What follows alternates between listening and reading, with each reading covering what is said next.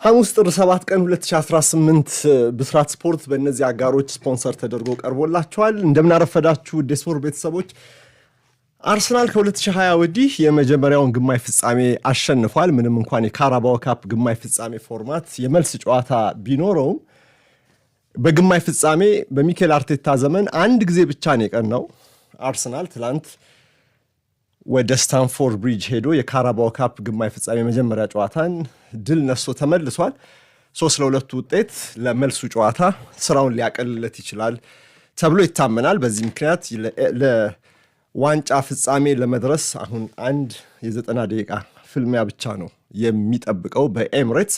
ይህን ጨዋታ የተመለከተ ፕሮግራም የዛሬው ብስራት ስፖርት የመጀመሪያ ክፍል ይሆናል።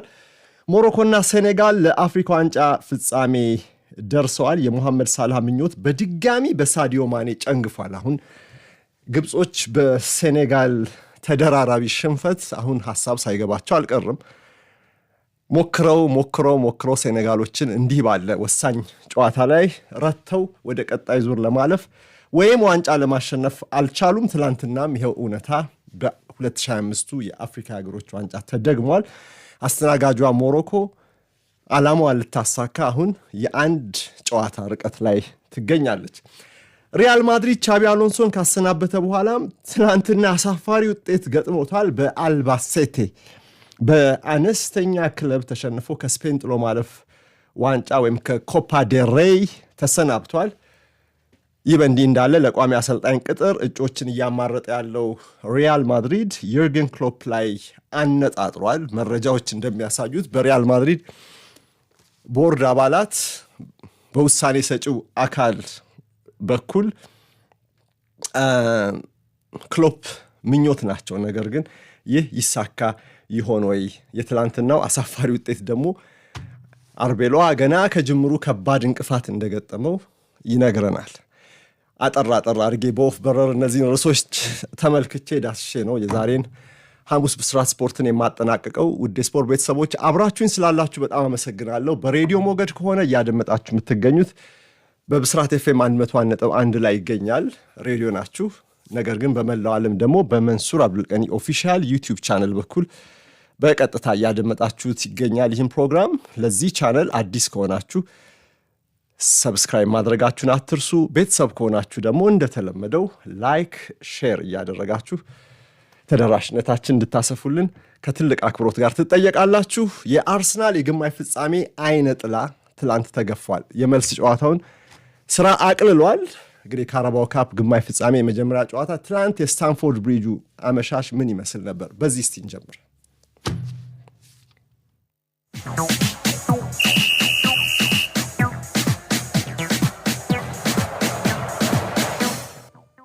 ትላንትና ቼልሲ በአዲስ አሰልጣኝ እና በተጓደሉ ተጫዋቾች ነው ይህን የጥሎ ማለፍ ጨዋታ ግማሽ ፍጻሜ የመጀመሪያ ግጥሚያ ያስተናገደው። ኮል ፓልመር፣ ሪስ ጀምስ፣ ሞይሴስ ካይሴዶ አልነበሩም።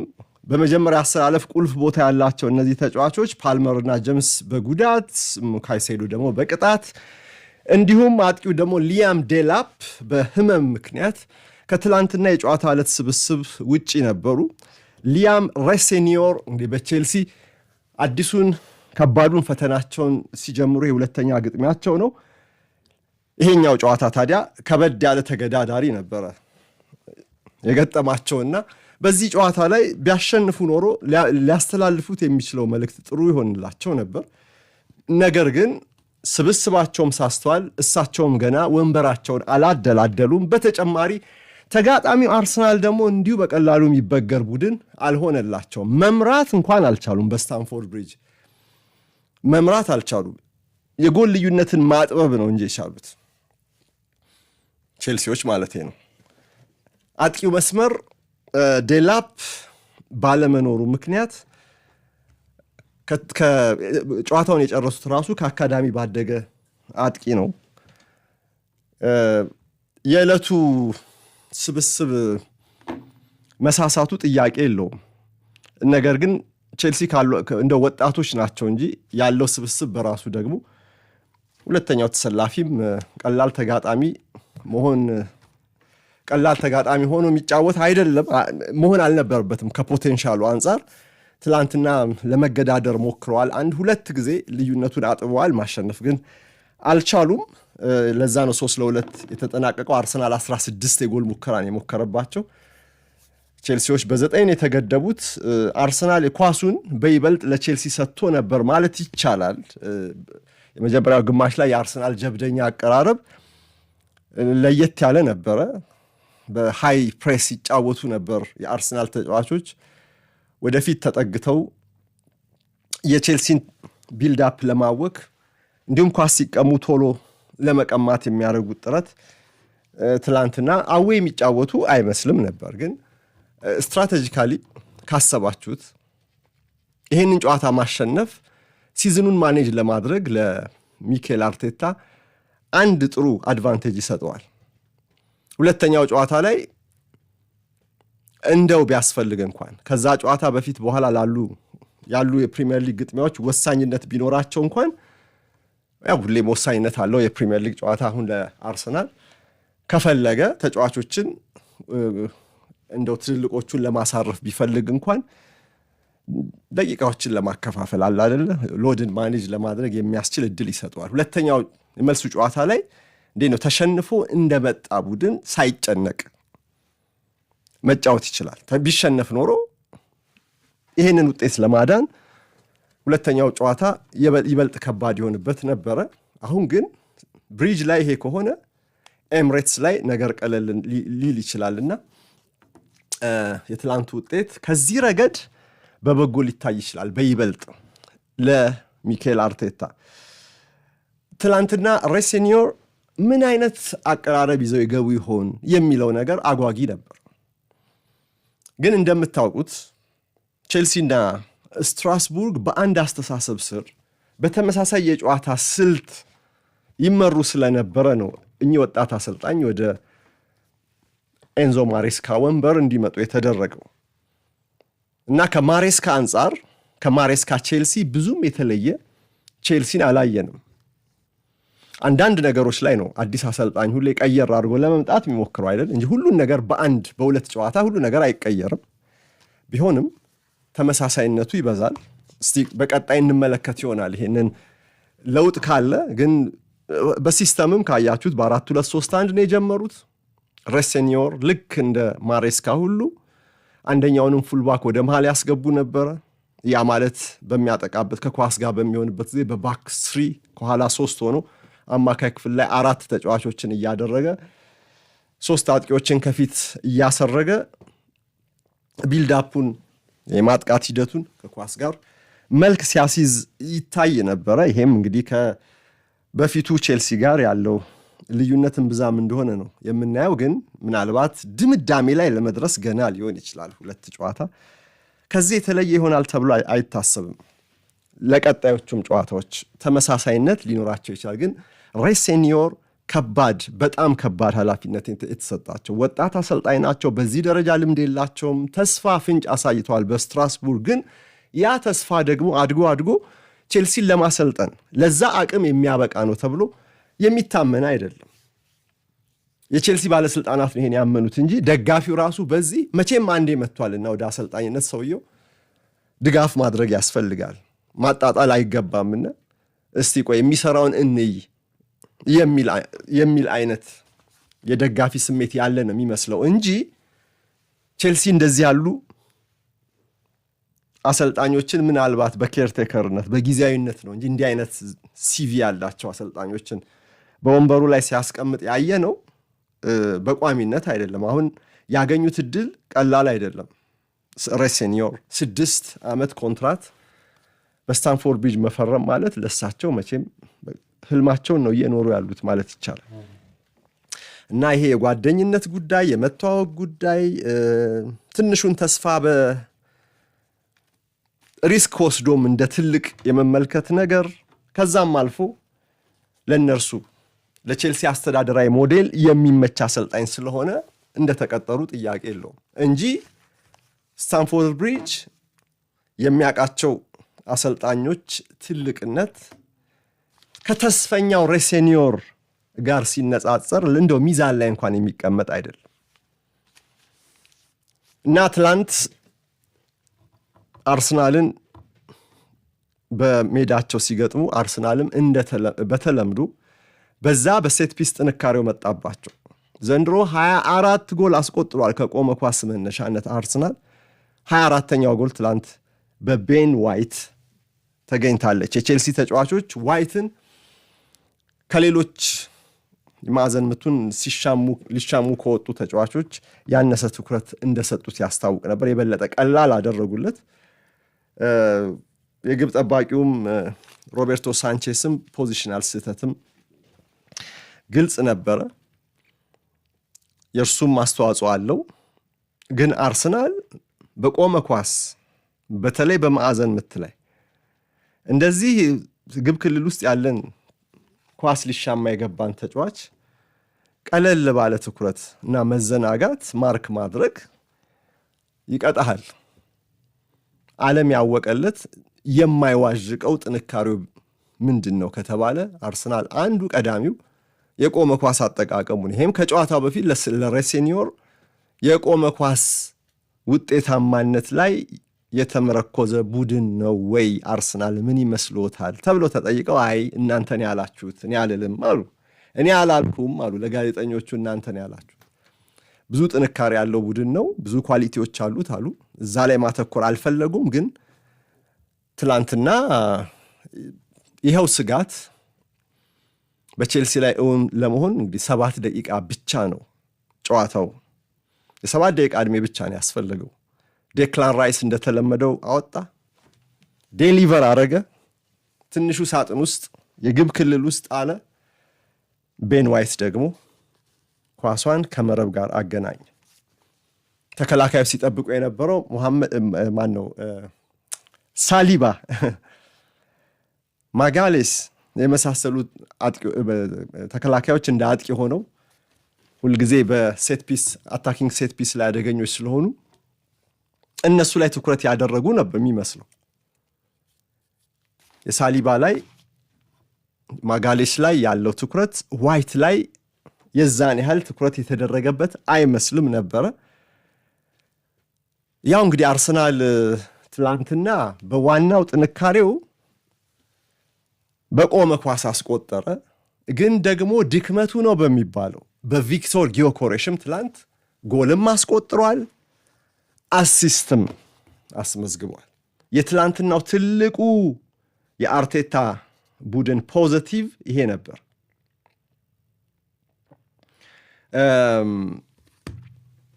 ይሄ ነበረ የቪክቶር ጊዮኮሬሽ ነገር የአርሰናል ደጋፊዎችንም ሲያከራክር የቆየ ጉዳይ ነው ሰሞኑን። ቆይ እስቲ ለዚህ አናሊሲስ ያዘጋጀሁት የሶስት ጨዋታዎች ንጽጽር አለኝና ብትችሉ ወደ ቴሌግራም ቻነላችን ግቡና ቪክቶር ጊዮኮሬሽ በሶስቱ ጨዋታዎች የትላንቱን ጨምሮ በሊቨርፑል ጨዋታ ምን ያህል እንደታማ ታውቃላችሁ። የቦርንመዝንም ጨዋታ እኔና ሶስቱን ኳስ የነካባቸውን ቦታዎች ወይም ምንድነው ተቺንግ ማፕ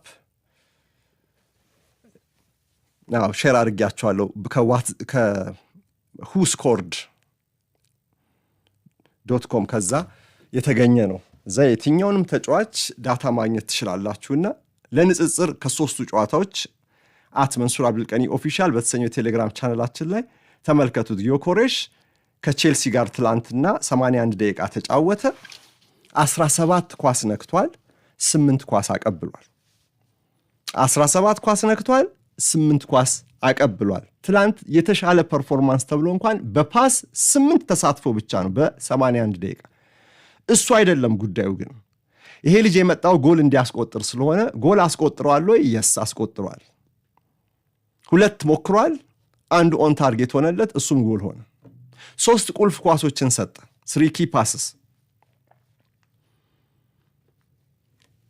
ሌሎች ጓደኞቹ ለጎል ሙከራ እንዲሞክሩ የሚያስችሉ እነዚህ ተሳትፎችም ነበሩት። ግን ደብል ዲጂትም አልገባም አቀበለ በሚለው ካያችሁት። ቢሆንም ግን ከብዛት ጥራት በሚለው ካየን በ81 ደቂቃ 1 ጎል አስቆጥሮ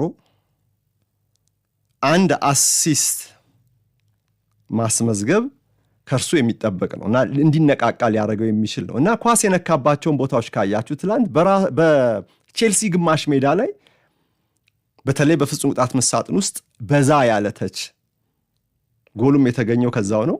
በትክክለኛ ቦታ ተገኝቶ ነው። በዛ ቦታ ላይ ከተገኘ ቀላል ነው ከዛ በኋላ ማስቆጠር።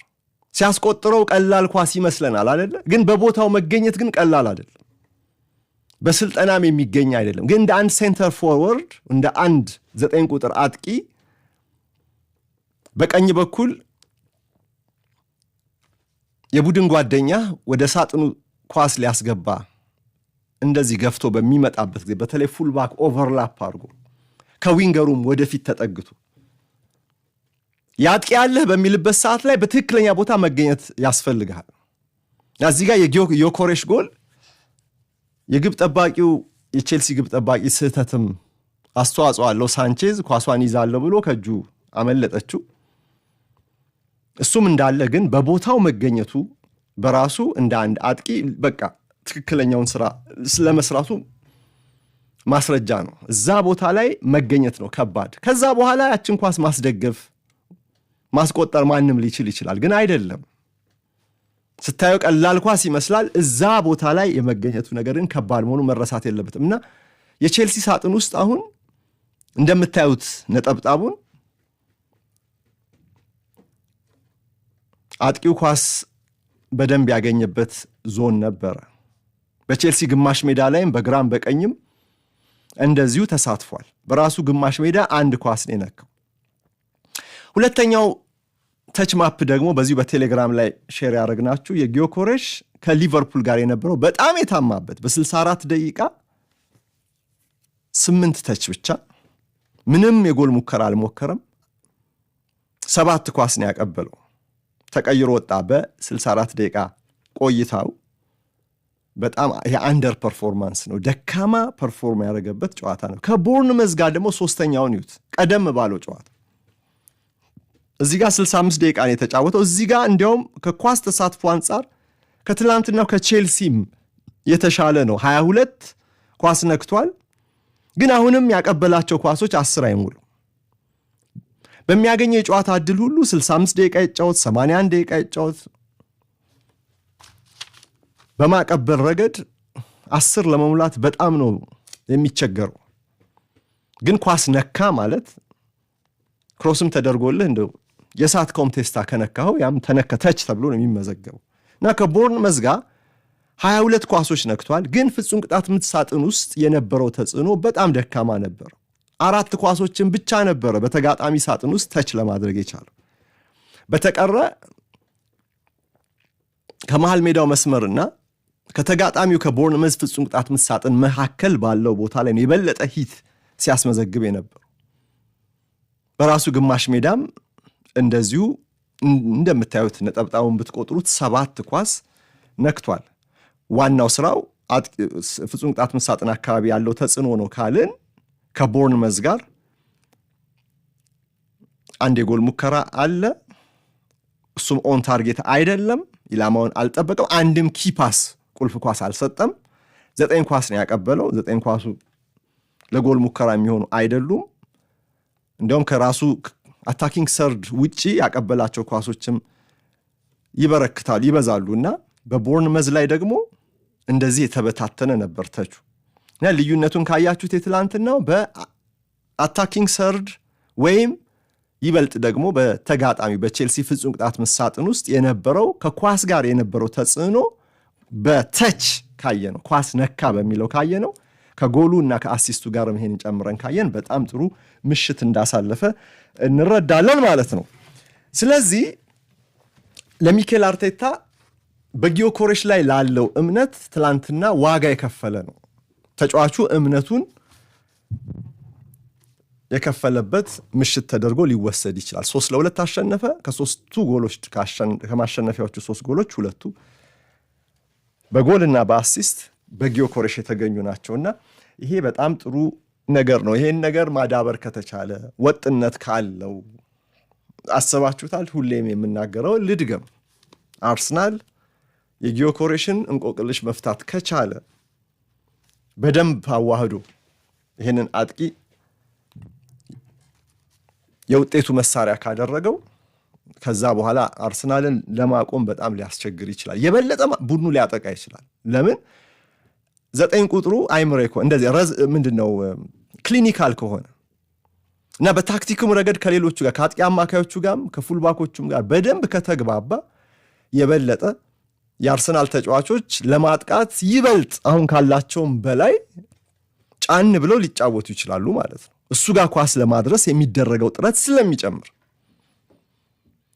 እና ጎል አስቆጣሪነቱ ያንን ኢንስቲንክት ካመጣው ደግሞ ኮንፊደንሱን በጣም ሊያራግብለት ስለሚችል የበለጠ በብዙ ጎሎች ልናየው እንችላለን። ግን የሰሞኑ ጥያቄ ጊዮኮሬሽ በዚሁ ከቀጠለ መሰለፍ ነበረበት ወይ የሚል ነበር። ትላንት ግን የውጭውን ድምፅ አልሰማም። ብዙ አስተያየቶች በብሪቲሽ ሚዲያዎችም ሲሰጡ ቆይተዋል። ትልልቅ ተሰሚነት ባላቸው አስተያየት ሰጪዎች፣ የቀድሞ ተጫዋቾች በነ ጋሪ ሊኒከር ጭምር።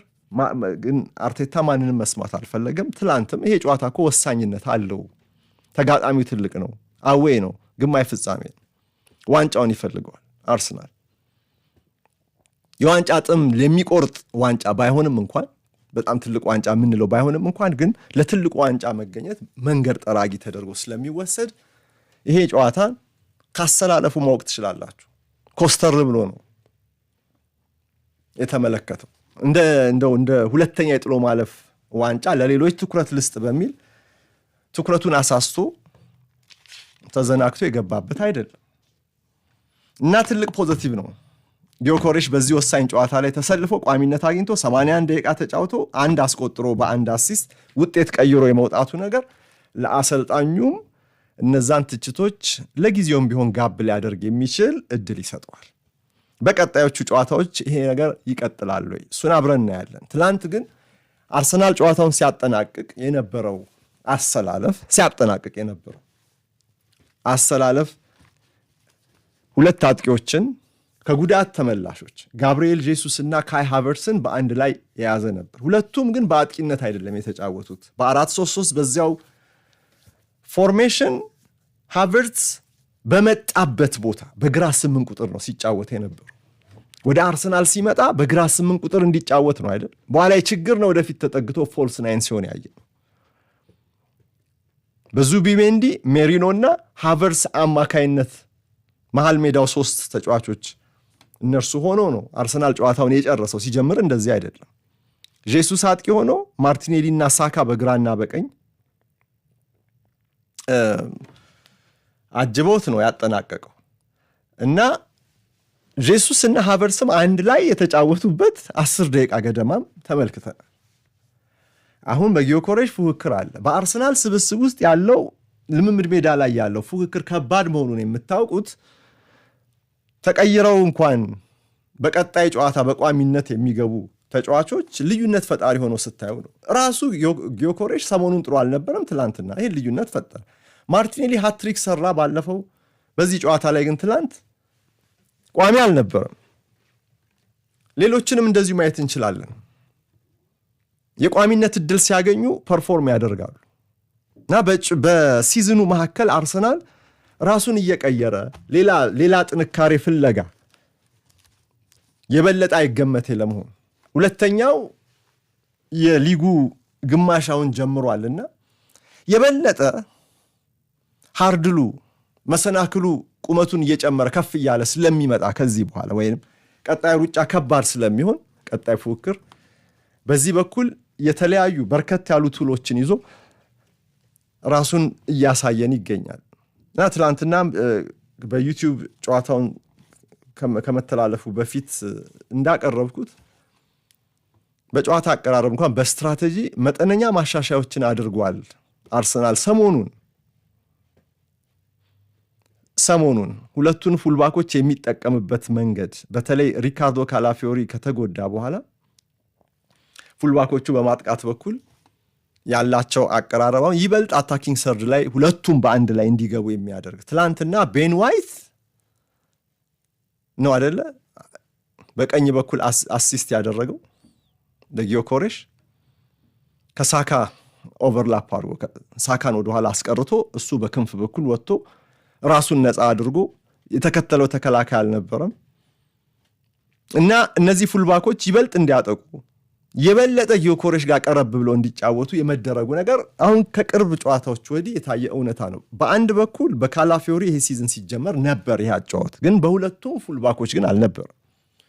ይልቅስ ሉዊስ ስኬሊ በሚኖርበት ጊዜ ኢንቨርት ስለሚያደርግ መሃል ሜዳ ስለሚገባ እርሱ ዴክላን ራይስ ይበልጥ ይሄንን የማጥቃት መስመር አምስቱን የፊት አጥቂዎች ይቀላቀል ነበር፣ ወይም ከነሱ በስተጀርባ የተወሰኑ እርምጃዎች ወደ ኋላ ይጫወት ነበር። አሁን እንደዛ አይደለም።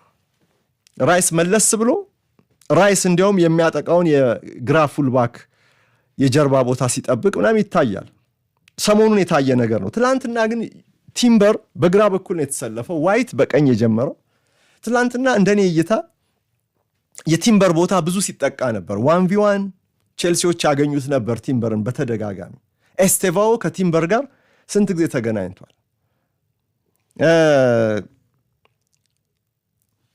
ከኋላም የሚመጡ ተጫዋቾች እንደዚሁ ይሄንን ቦታ ለማጥቃት ሲጠቀሙበት ነበር። ይሄ እንግዲህ ከኳስ ውጪ ባለው ሁኔታ ትላንትና በዚህ በቲምበር ቦታ ላይ የታየ ዲፌንሲቭ የመከፈት ነገር ነበር። እኔ ቲምበር ላይ ለመፍረድ ይቸግረኛል። እዚህ ጋር እሱ ወደኋላ አፈግፍጎ በመከላከል በሚጫወትበት ጊዜ ከፊት ስክሪን የሚያደርገው እንደ መጋረጃ ከፊት የሚረዳው ተጫዋች ያስፈልጋል። ትላንትና ብዙም አናይም ነበረ። ትሮሳርድ ነበር ጨዋታውን ከፊት የጀመረው። እንዳያችሁት ጨዋታውን ትሮሳርድ ወደኋላ እየተመለሰ ተደራቢ ተከላካይ ሲሆንለት አናይም እና ቲምበር ወደ ማጋሌሽም እያጠበበም ሲከላከል ስናይ ነበር እና በዚህ ምክንያት በአርሰናል ተከላካይ መስመር በስተግራ በኩል የሚታውን ስፔስ ቼልሲዎች በማጥቃት በኩል ሲጠቀሙበት ቆይቷል። በዛ በኩል ለማስጨነቅ ሙከራ ሲያደርጉ ነበረ። እነዚህ ነገሮች እንግዲህ ትላንትና ከሞላ ጎደል የታዩ በአርሰናል በኩል የታዩ ነጥቦች ናቸው። የአሌሃንድሮ ጋርናቾ 2 ጎል በቼልሲ በኩል ሌላ ጥሩ ነገር ነው። እንደምታውቁት አሰልጣኝ በሚቀየርበት ጊዜ አንዳንዴ ለአንዳንድ ተጫዋቾች በጎ ነገር ይዞ ይመጣል፣ ለአንዳንዶቹ ደግሞ ጥሩ ለነበሩት በጎ ያልሆነ ነገር ሊፈጥር ይችላል። የአሰልጣኝ ለውጥ ሁልጊዜ ምንም እንኳን ሬሴኒዮር ከማሬስካ የተለየ አይነት የጨዋታ አስተሳሰብ ይኖራቸዋል ተብሎ ባይታሰብም ግን ደግሞ በተናጠል በኢንዲቪጁዋል ተጫዋቾች በሚኖራቸው ፐርፎርማንስ አሰልጣኝ ሲቀየር በጎም መጥፎም እድል ሊያጋጥማቸው ይችላል። በዚህ ረገድ ካየነው ትላንት ተቀይሮ የገባው አሌሃንድሮ ጋርናቾ ለቀጣዩ የሬሴኒዮር አሰላለፍ ቋሚ ቦታ ያገኝ ዘንድ ክሬዲት የያዘበት ምሽት ነበረ። 2 ጎሎች አስቆጥሯል አሌሃንድሮ ጋርናቾ 57ኛው እና 83ኛው ደቂቃ ላይ። 57ኛው ደቂቃ ላይም የጎል ልዩነቱን ወደ 1 የምታጠብናት፣ 83ኛው ደቂቃ ላይም የጎል ልዩነቱን ወደ 1 የምታጠብናት። 2-1 ሆነ፣ 3-2 ሆነ። በተለይ የ57ኛው የመጀመሪያው ጎል የቼልሲን ሞመንተም ሴት ማድረግ ችላ ነበር። ከዛ በኋላ ባሉት ደቂቃዎች አርሰናሎች ነገሮችን ለመቆጣጠር ሰብሰብ ብለው አፈግፍገው ጫናውን አብዞርብ ለማድረግ ጥረት ሲያደርጉ ነበር። ቼልሲዎች ያንን በዘላቂ ሊጠቀሙበት አልቻሉም። ከዚያ የማርቲን ዙቢሜንዲ 71ኛው ደቂቃ ጎል ውጤቱን 3-1 ሲያደርገው በቃ እዛ ጋር የመጀመሪያው የጋርናቾ ጎል ኢፌክት ሊቀዘቅዝ ቻለ ማለት ነው። ቢሆንም ግን አሌሃንድሮ መደበኛው ሰዓት ሊጠናቀቅ 7 ደቂቃ ሲቀረው ሁለተኛውን ጎል አስቆጥሯል። ተመሳሳይ ቦታ ነው፣ ተመሳሳይ አጨራረስ።